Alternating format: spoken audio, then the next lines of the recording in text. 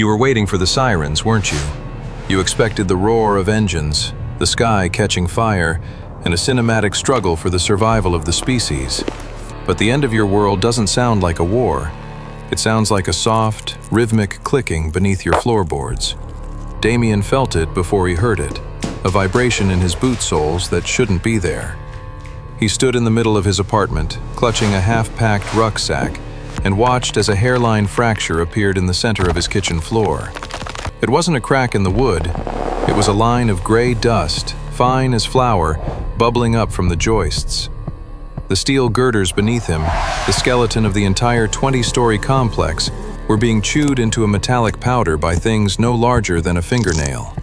The steel we once used to pierce the clouds, the girders that held up our cathedrals of commerce, are now falling as gray snow.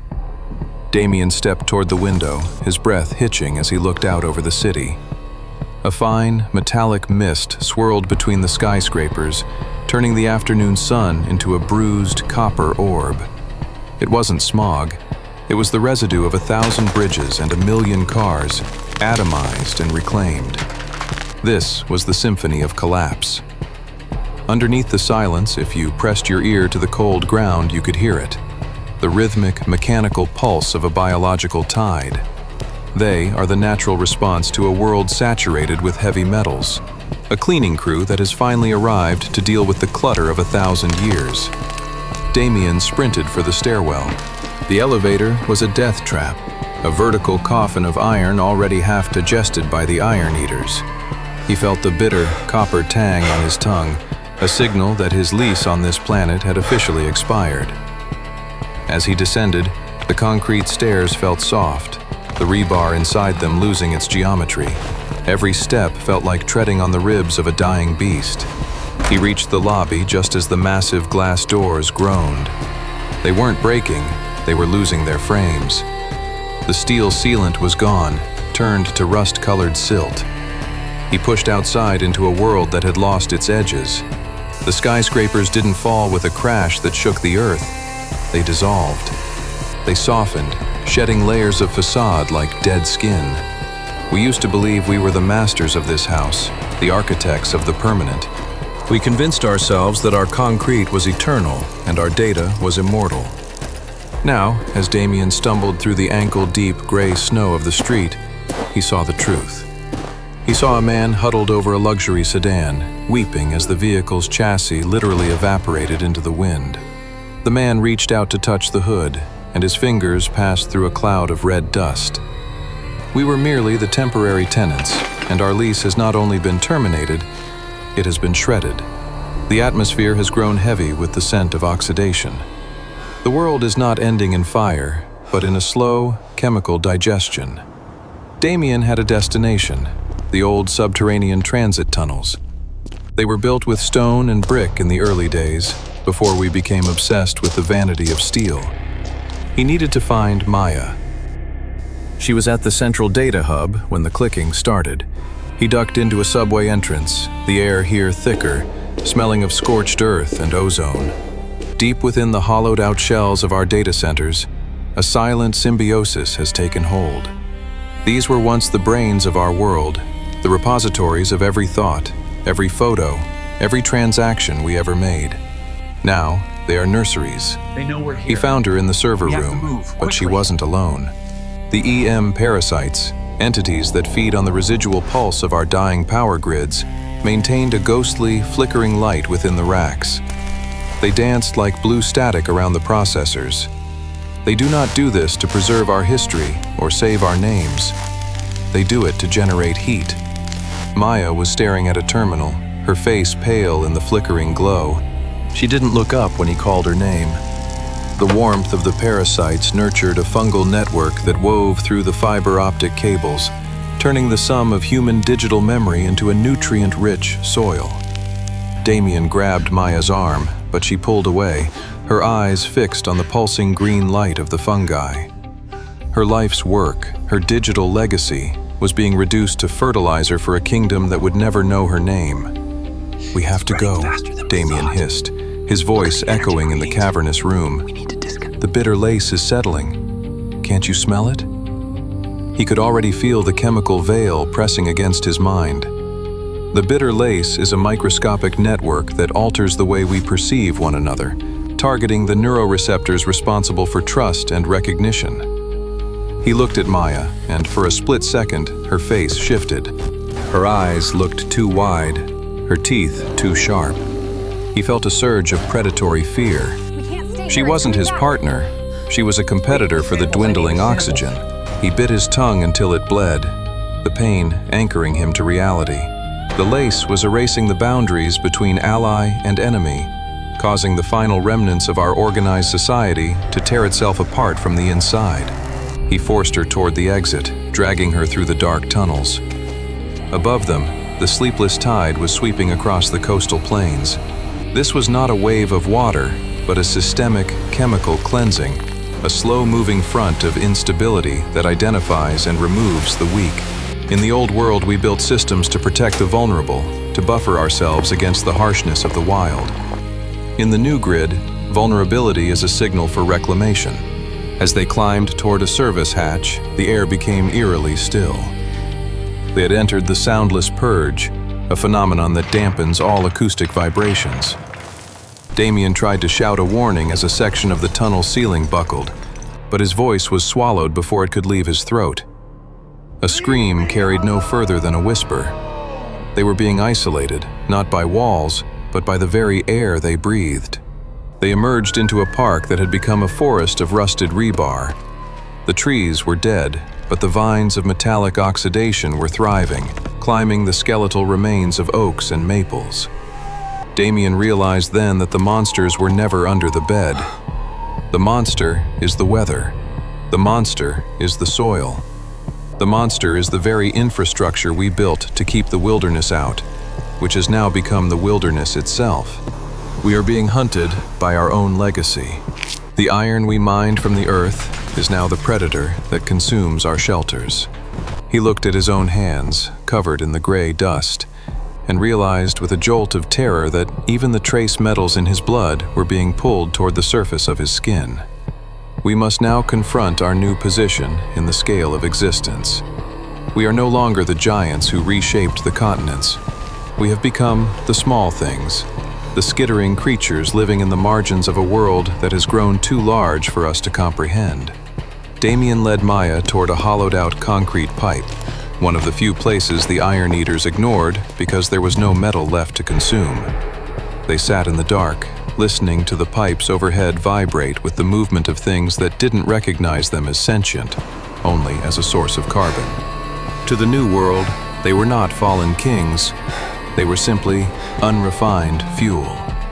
Through the opening of the pipe, they could see the remains of the harbor. The cruise ships, those floating palaces of excess that once carried thousands, sat in the shallow bays as mounds of shimmering iron dust. They were no longer vessels. They were reefs of rust, providing a foundation for the new life thriving in the acid water. From a distance, they looked beautiful, like hills of sparkling garnet in the setting sun. But up close, they were just waste being processed. Everything we once pointed to as proof of our greatness was now just a meal for something smaller than a mote of dust. Maya finally spoke, her voice a fragile thread in the damp air. "It's so quiet," she whispered. The Soundless Purge was lifting, but the silence that replaced it was heavier. It was the silence of a planet that had finally stopped listening to us. The world is not angry. It is not seeking revenge for the scars we carved into its surface. Nature does not possess the human flaw of spite. It is simply recalibrating. We were a fever that the planet has finally broken, and now the temperature is returning to normal. Our cities, our triumphs, our wars, they were just a brief, noisy interruption in a much longer, much quieter story. Damien looked at his smartphone, which had fallen from Maya's pocket. The screen was dead, the internal circuitry likely already digested by the parasites. As they watched, a single green shoot emerged from the charging port. It wasn't a plant from a history book. Its leaves were thick and waxy, designed to breathe the heavy, metallic air of the new era. It grew with a slow, indifferent strength, its roots prying apart the glass and silicon. A small insect, armored in a shell that mimicked the color of the gray snow, crawled over the device. It didn't care about the messages trapped inside or the photos of people who no longer existed. To the insect, the phone was just a rock. To the world, we were just a phase. The transition was nearly complete. The clicking of the iron eaters was slowing down because there was so little left to eat. The skyscrapers were mounds of dust. The bridges had returned to the rivers as silt. The EM parasites were fading as the last of the capacitors leaked their final charge into the soil, the ghostly flickers in the data centers finally going dark. The bitter lace was settling into the earth, becoming part of the new crust. Its work of dismantling our social bonds finished. Soon, even the memory of the conflict would be gone. The atmosphere would clear as the chemical reactions reached their equilibrium. The acid oceans would stabilize into a new kind of salt. The world didn't end. It didn't explode in a flash of light or crumble in a final battle between good and evil. It simply moved on. It outgrew us. Damien and Maya sat at the edge of the new world, two shadows in a landscape of garnet and gray. They were finally being released from the burden of being the center of the world. For so long, we carried the weight of our own importance, the frantic need to leave a mark, to be remembered, to conquer the elements. Now, that weight was gone. There was no one left to impress, no one left to fight, no one left to judge. As the sun set over the shoreline of glass, the reflection was perfect. There were no boats on the water, no planes in the sky, and no lights flickering in the distant dissolved towers. There was only the wind, the sound of the tide, and the slow, steady heartbeat of a planet that was finally breathing again. Listen, one last time. The sound you hear isn't the end. It's the beginning of a world where we are no longer required. The grand finale has played its last note, and the theater is turning dark. The iron has been returned to the earth. The data has been returned to the soil. The silence has been returned to the air. The reset is done. The balance is restored. The world is whole again, and it is beautiful, and it is empty of us. You can let go now. The era of noise is over. The great silence has arrived. In this perfect, empty stillness, we are finally at peace, forgotten by the very world that gave us life. The theater is dark, the stage is clear, and the planet is finally, blissfully, alone. Damien closed his eyes, the rhythmic clicking in the distance finally fading into the steady, eternal pulse of the tide. The story was over, and for the first time in 1,000 years, the world was quiet. The weight of the rucksack Damien had carried felt like an anchor to a ghost ship. He reached into it and pulled out a small, silver locket, the last bit of high-purity metal he owned. He watched as the edges of the silver began to soften, the polished surface turning dull and gray. It didn't hurt to watch it go. It felt like an apology finally being accepted. He laid the locket on the concrete floor of the pipe and watched as it slowly merged with the dust. There was a strange dignity in it, a graceful exit from a stage we had overstayed. The gray snow outside had stopped falling. The air was crisp, tasting of cold stone and ancient rain. In the distance, a structure that might have once been a radio tower leaned precariously before folding into a heap of silent powder. It didn't make a sound. The Soundless Purge had left a permanent imprint on the physics of the valley. Silence wasn't just the absence of noise anymore. It was the new atmosphere. Damien reached out and took Maya's hand. Her skin was cold, but her pulse was steady. They were the last witnesses to the renovation of a masterpiece. We often wondered if we would be remembered by the stars, or if our monuments would stand for eternity. We never realized that the most profound thing we could do was provide the materials for what comes next. The iron eaters, the parasites, the lace, they weren't our executioners. They were the inheritance. We had spent centuries pulling the earth apart to build our temporary dreams, and now the earth was simply taking its pieces back to build something that didn't need us. The skyline was no longer a jagged line of defiance against the horizon. It was a soft, rolling series of dunes, shimmering with the metallic salts of our vanished industry. The sun dipped below the edge of the world, and for the first time, there were no electric lights to challenge the stars. The constellations burned with a fierce, cold clarity that hadn't been seen since the first fire was lit in a cave. The sky was no longer a backdrop for our satellites. It was a vast, open window into the rest of the universe. Damien leaned back against the cool concrete, feeling the vibration of the earth beneath him. It wasn't the clicking of the eaters anymore. It was deeper. It was the sound of tectonic plates settling, of oceans finding their new levels, of a world that had finally stopped vibrating with the frantic energy of 8 billion people. It was the sound of rest. He realized that the thriller wasn't about the chase or the escape. It was about the moment the predator finally catches you, and you realize it isn't a monster. It's just the natural order, reclaiming its own. As the darkness deepened, a new kind of light began to emerge from the ruins. It wasn't the harsh blue of the EM parasites or the flickering green of the memory fungi. It was a soft, bioluminescent glow coming from the ground itself. The microscopic life that had dismantled the steel was now metabolizing the leftovers, creating a network of living light that traced the paths of the old streets. The city was glowing, not with electricity, but with life.